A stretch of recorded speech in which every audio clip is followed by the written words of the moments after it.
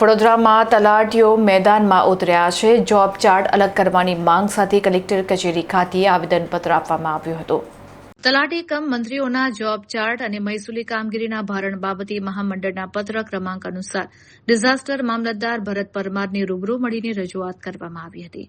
લાંબા સમયથી પડતર આ મુદ્દે રજૂઆત કરતા જણાવાયું છે કે ગ્રામ્ય કક્ષાએ મુખ્યત્વે 3 કેડર કાર્યરત છે: તલાટી કમ મંત્રી, મહેસૂલી તલાટી અને ગ્રામ સેવક।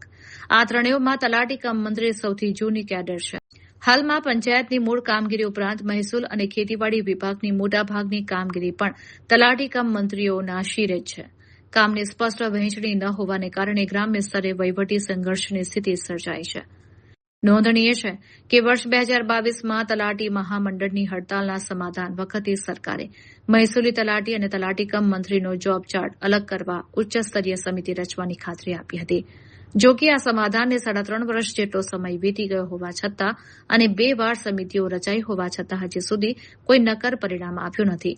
તાજેતરમાં સરકારે મહેસૂલી તલાટીઓની નવી ભરતી અને નિમણૂક પ્રક્રિયા પણ પૂર્ણ કરી લીધી છે, ત્યારે હવે વિલંબ વગર બંને કેડરનો જોબ ચાર્ટ ત્વરિત અલગ કરવામાં આવે તેવી ઉગ્ર માંગ ઉઠી છે।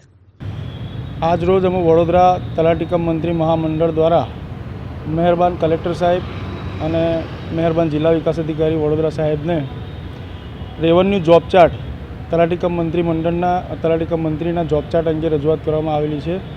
તલાટી કમ મંત્રી દ્વારા 2010થી રેવન્યુ તલાટીની મહેકમની ભરતી થયેલ હોવા છતાં રેવન્યુ કામગીરી તલાટી કમ મંત્રી કેડર પાસે કરવામાં આવે છે।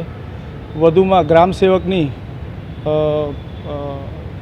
ખેતીવાડી વિભાગની કામગીરી કે જેમ કે પાક વાવેતરના દાખલા, નુકસાનીના દાખલા, એગ્રીકલ્ચર સેન્સસ અને એગ્રીસ્ટેકની કામગીરી, પાણીપત્રકની કામગીરી પણ તલાટી કમ મંત્રી દ્વારા કરવામાં આવે છે।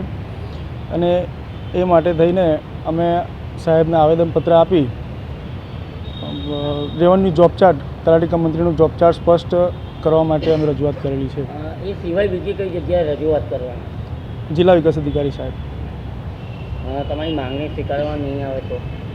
માંગણી સ્વીકારવામાં નહીં આવે તો અમે રાજ્ય મંડળના આદેશ અનુસાર જે તેમનું માર્ગદર્શન હશે એ પ્રમાણે અમે વિરોધ પ્રદર્શન કાર્યક્રમ યોજીશું।